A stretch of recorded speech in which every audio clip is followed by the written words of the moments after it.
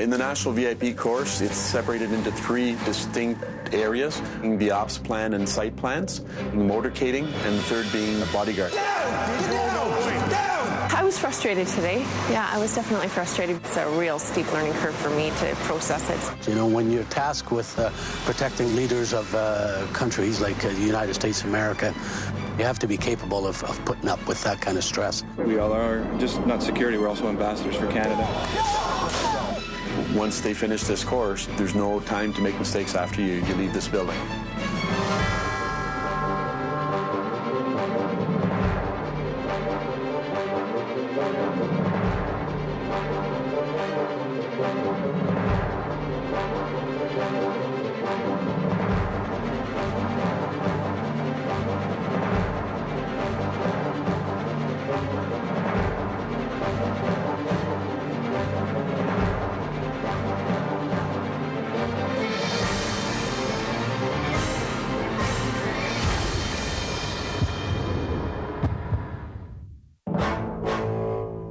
In Ottawa, Canada's capital, VIPs are frequent guests. These VIPs are vulnerable to a variety of attacks, threats, and acts of sabotage. An assassination attempt could occur on any street corner, at any time, anywhere. The RCMP provides the team to protect these VIPs. This team, composed of highly trained men and women, are skilled, alert, and prepared for the unexpected. Inside RCMP National Headquarters, Bill Demeau, a veteran of protective policing, is preparing the training syllabus for the next National VIP course. The VIP driver training course is a 4-day course that candidates must succeed. It's a prerequisite for the national course. It's an intensive course. A lot of work has to go into it. It's advanced techniques, defensive and offensive, because we're not dealing with regular policing. At times we have to get away from the bad guy because they're trying to attack our motorcades. The training today is about escape and evasion. It's about getting away quickly from an attack or even an ambush. Seconds count. The training is tough. It has to be. Worked with the National VIP course since 1984 as an instructor. I became a lead instructor. We've modified the course, improved it to understand the capability of the vehicle, what it can do, and also your limitation. But with the training, these people will have the tools to get away from a situation. This morning in the high-speed reversing, the candidates will be leaving one from the chute that you see right behind me and reversing at a high rate of speed. They have to achieve 80 kilometers an hour and in a controlled fashion brake within a short distance of time, maintaining control of the vehicle at all times. We have to get out of the way as fast as possible. Quick movement, tuck your elbow in, brace yourself, up to 80, and we're stopping. And then in a nice, straight fashion. We have had in the past cars going out of control and hitting barricades and going into the ditch. It's part of the training and it's the cost of doing business, but it's something that has to be done to show them in real life if a situation were to occur. This is the only way of teaching them this is what's going to happen if you lose control. Just hold on tight. Going 80 kilometers backwards in a straight line is not something I've done frequently or often, but obviously this is what we're learning here is it can be done. Come in the back. Jump in the back. Going full reverse on a city street, those pylons represent cars or even pedestrians. Mistakes could cost lives. The standards are high. The pressure intense. One wrong move on the course could lead to failure. And these candidates know it.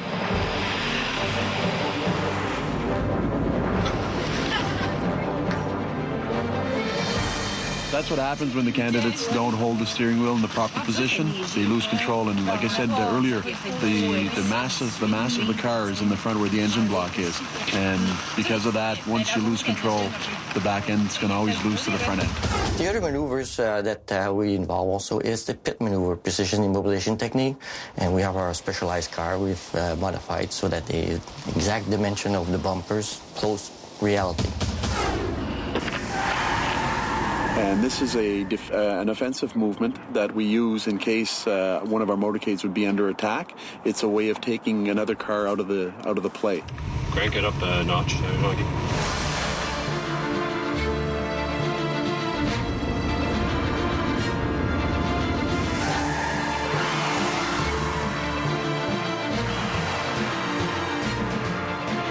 Once you feel that you've got control, then Brush me, and then it's a complete lane change. It's your weapon, you're accountable. Hit it. The stress is consuming. Candidates need to ensure a near-perfect performance in order to pass. This perfection is what saves lives. We had a really good day on the track today. A lot of candidates are putting a lot of effort into it. We've got a couple of people that are sort of on the borderline of making it or not. Hopefully, when it comes time to the test runs this afternoon, they're going to bring their A game out and make it. We make our courses here. We hope that everybody passes, but reality does set in, and not everybody can make the grade. If the candidates can't take the pressure of a stopwatch, they won't be able to take the pressure of an attack. Those who fail go home.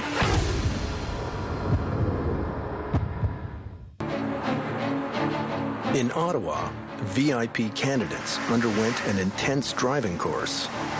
Each candidate was timed to the second. Everything was graded. Only the most advanced drivers moved on. For Constable Cooper and Corporal Dollywall, it's been a good day. They both passed. It was pretty much touch and go as to whether or not I'd be remaining for the whole driving course, but it worked out, and it worked out really well. Driving course, very intense, but when you put the techniques into use, it just comes to you. Now comes the real test. This is where they learn the essentials of protection services. And it won't be easy. The RCMP wants only the best to be in VIP protection. In the National VIP course, it's separated into three distinct areas. The first being the ops plan and site plans, the second being motorcading, and the third being bodyguarding. We start off the course with ops planning and site security, and it's one of the lead points for our course, because when dignitaries come to visit Canada, they go to sites, whether it be hotels or convention centers. So when they come to visit, every site that they go to has to be secured. For this training scenario, the instructors have chosen the RCMP stables, home of the famous musical ride, often a destination of choice for visiting VIPs, which is why it is a logical training scenario. Filled with corridors, side rooms, and even hiding places, the labyrinth-like layout poses incredible challenges for the candidates. So basically the candidates will be coming here and doing a site plan for an actual visit. That's going to be part of our mock visit on Thursday. They'll be coming in and they're going to be looking at the site itself, looking for where there's parking, where they're going to bring their motorcade in, how they're going to set up the motorcade. They're going to look at where the washrooms are, and they're going to want to see where everything is located, emergency exits and so on and so forth for the dignitaries' security. It is essential that the site is secure. They must assess and reassess the area for potential threat venues. An attack can come from anywhere. Worst-case scenarios have to be planned for. Nothing can be missed. Once the site has been approved, the travel routes need to be prepared for the motorcade. The routes chosen must be quick, efficient, but above all, safe. This morning they were given a route plan lecture and they went out and planned routes, and now we are practicing with those routes. So everything's got to be smooth, everything's got to be safe. There's always minor issues here and there. That's why we're here. And then once we leave the course, and hopefully they got the base to keep improving when they go to their units in real operations. As soon as it's clear to go and the motorcade commander gives the command to go, what we're going to do is we're going to come up and we're going to form almost like a little umbrella. Okay, so both your S1 and your S2 are going to be on the left-hand side protecting that side of the limo, and we're going to take them right over to the proper side, and we move it over, and then we fall back into our normal formation. There's a lot of small details that we work with on a daily basis in VIP, and motorcading is the same. There's certain ways you have to open the doors, certain ways you have to protect your motorcade. Candidates take turns being either motorcade commander or driver. Their routes must be flawless and timed to the second. Communication is vital. There's a lot of stress. They know that today is a day that the proverbial stopwatch is going, and we're sitting in the cars and watching everything that they're doing. So they've got to bring their A game in, and they've got to make it happen. Approaching intersection, light is red, prepare to stop. VIP work is really important as far as the motorcading is concerned. It's one of the big three. When VIP does come off the plane from any country, the first exposure he gets to Canada is in the motorcade. So it has to be smooth. We all are just not security, we're also ambassadors for Canada. And we act in many roles that way. The RCMP's VIP protection program is considered one of the best in the world. Many countries look to the RCMP for help with their protective service programs. But that prestige has been earned through exceptionally high standards. Those standards come with a cost. Only those who are quick thinking, have an eye for detail, and can hold up under pressure will advance. Well, unfortunately, not everybody made it through the motorcade module, but by and large, once again, it's just the nerves. The final training module, bodyguard protection, lightning-fast reactions to deadly serious scenarios. The ultimate physical and mental test for the candidates. Once they finish this course, if they get their certificate, it's game on, and it starts now. There's no time to make mistakes after you leave this building. The National VIP course is 2/3 complete, with only the bodyguard module remaining. Combatives, the art of self-defense.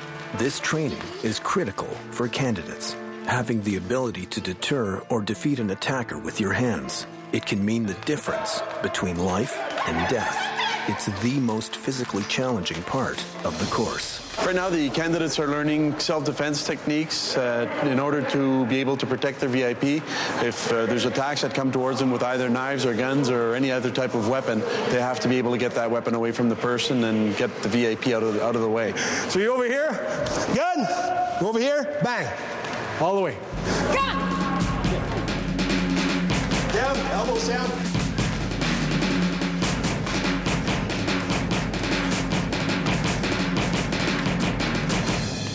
I was frustrated today. Yeah, I was definitely frustrated because I want to do things well and I want to be able to do them effectively too. So it was a challenge. It was a lot. I don't know what I was expecting for this afternoon. We can look at it on the syllabus, and then once you're actually here, of course, it's not what maybe you think. It's now time for the candidates to use their hand-to-hand skills in real-world scenarios. Now we have what we call scenario-based training. It's all scenarios we've prepared, things that make sense, nothing over the top, but they got to come in and do their thing. You know, we have different bodyguard formation. They're going to start with a 4 members bodyguard, and we'll drop it down to 2, and then the one-on-one.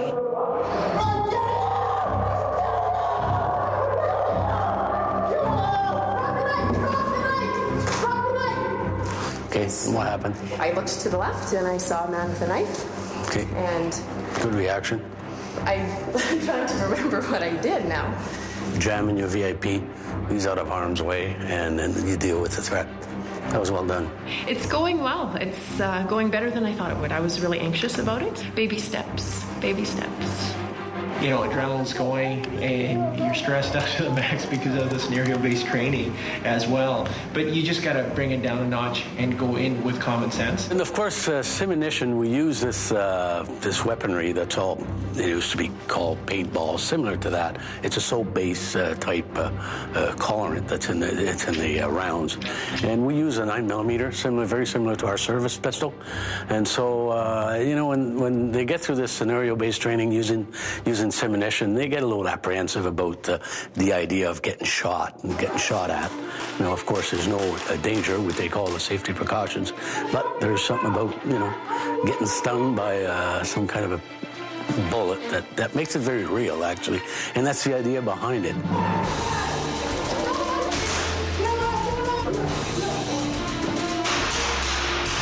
Scenario-based training helps the bodyguards to be alert, ready for the unexpected. March 1981, the unexpected happened. A deranged attacker comes after President Ronald Reagan. In the span of 3 seconds, 6 bullets were fired. Of those 6 bullets, 4 found targets, leaving several people critically injured, including the U.S. president. This is an example of why extreme emphasis is applied to the bodyguard module. These candidates need to be 100% aware of their surroundings, because a lot can happen in 3 seconds.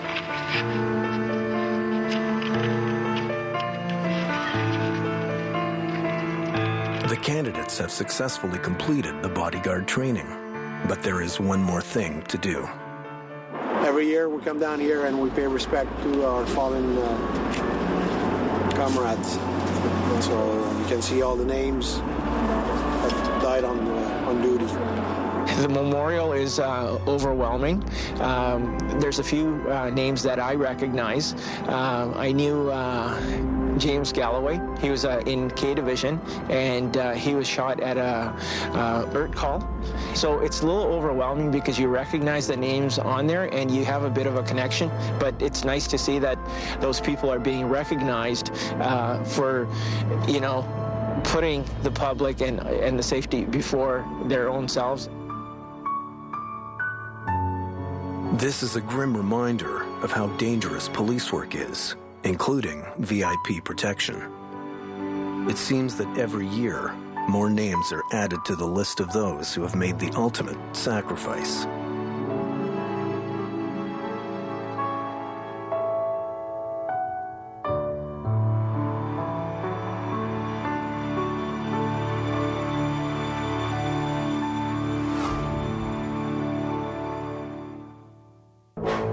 Today is the final test, the last challenge for the candidates on the National VIP course.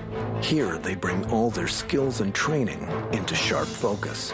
They must escort a fictitious president through the busy streets of Ottawa. They don't know what to expect or what the threats could be, just like in the real world. This is the candidates' opportunity to show us that they've grasped all of the techniques and the intricacies of VIP work and show us that they know what they're doing. The mock visit is played throughout the city through real contacts, real sites. Ottawa City Police, who are second to none in the country, are amazing. We couldn't do it without them. They actually get to drive the real stretch limo for the first time. It's the real deal. And they see their work come live. Good luck. Let's go. Every turn of the motorcade could present a potential threat. The VIP protection candidates take turns in different roles, constantly being assessed and graded by instructors. They have been taught the techniques to deal with every situation. It's now up to them. The president is now under VIP protection, hour after hour, location after location. The candidates escort the mock president. The VIP team must ensure his safety at all times. While the motorcade is en route, Constable Monique Cooper is finalizing the security at the next site. A problem arises, and she deals with it. Member site commander, just to advise, dealing with this young lady here, she's got herself handcuffed to the bench. I'm just running a 29 on her.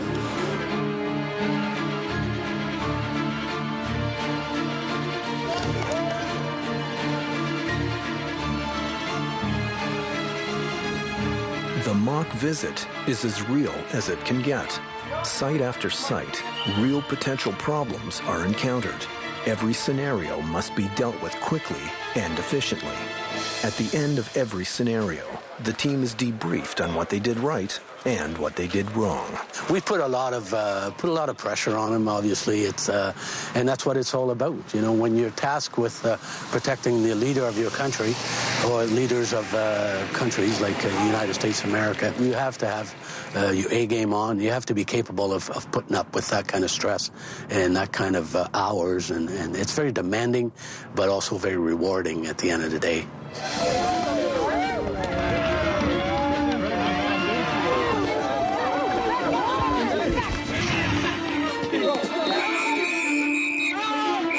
At the end of the day, the VIP was kept safe from all threats. The National VIP training course is now officially finished.